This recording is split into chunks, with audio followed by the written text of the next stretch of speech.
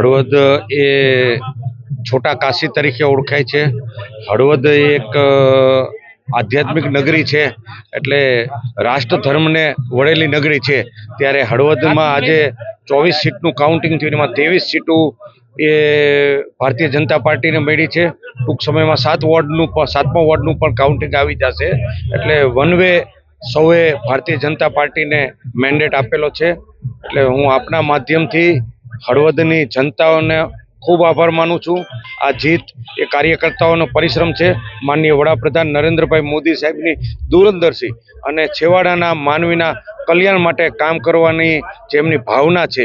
એટલે આ બધી બાબતોને લઈ અને એમાં પણ વિશેષ જે તક આપવામાં આવી છે, સર્વ જ્ઞાતિના ઉમેદવાર, કોઈ શિક્ષક છે, કોઈ ડૉક્ટર છે, કોઈ વેપારી છે, કોઈ યુવાન છે, એટલે સિનિયર જુનિયરના કોમ્બિનેશન દ્વારા ગુલદસ્તો બનાવ્યો. બધા પ્રકારના ફૂલો દ્વારા આ ગુલદસ્તો બન્યો છે. એટલે સૌનો સાથ, સૌનો વિશ્વાસ, સૌનો વિકાસ, સૌનો પ્રયાસ. એટલે આ હળવદને એક રોલ મોડલ તરીકે લઈ જવાની અમારે સૌની નેમ છે.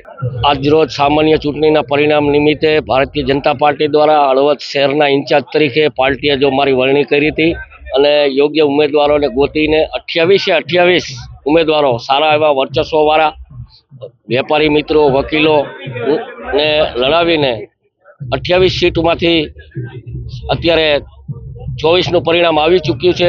તેમાં 23 સીટ ભારતીય જનતા પાર્ટી જીતી ચૂકી છે.